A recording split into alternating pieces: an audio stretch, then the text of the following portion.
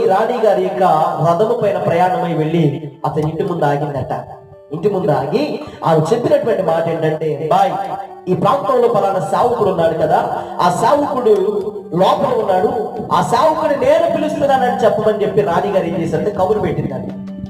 కబురు పెట్టగానే లోపలికి వెళ్ళినటువంటి ఆయన, అయ్యా రాణి గారు మీతో మాట్లాడాలంటున్నారు, మిమ్మల్ని తీసుకొని రమ్మన్నారని మాట్లాడితే ఆ ప్రార్థన పరుడు చెబుతున్నటువంటి మాట ఏంటో తెలుసా, నేను రాజుల రాజుతో మాట్లాడుతున్నాను అని చెప్పాడట. హల్లెలూయా. రాణి గారు నా జీవితంలో ఎక్కువ కాదు. రాణి గారు ఈ రోజు ఉంటది, రేపు పోతుంది. డబ్బు ఈ రోజు ఉంటది, రేపు పోతుంది. ఆస్తులు ఈ రోజు ఉంటాయి, పోతాయి. బంధాలు బంధువర్గాలు అన్ని కూడా ఈ రోజు ఉంటాయి, పోతాయి. కానీ ఎన్నడూ మన దగ్గర నుంచి వెళ్ళిపోని వాడు అక్కడ ఉన్నాడు. ఆయనే నజరేయుడైనటువంటి యేసయ్య. హల్లెలూయా.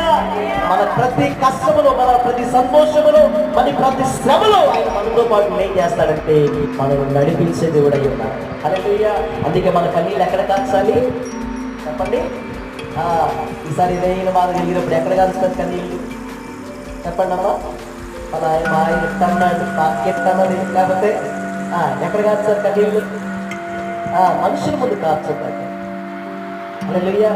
దేవుని ముందు ఏడ్చేవాడినట యేసయ్య ఎప్పుడు లోకంలో ఓడిపోయి వాడంటే. హల్లెలూయా. దేవుని ముందు ఏడ్చేవాడు లోకంలో ఎప్పుడు ఏడవడో. ఎక్కడ ఏడవాలి? మనం దేవుని పాదాలు పట్టుకుని ఏడవాలి. హల్లెలూయా.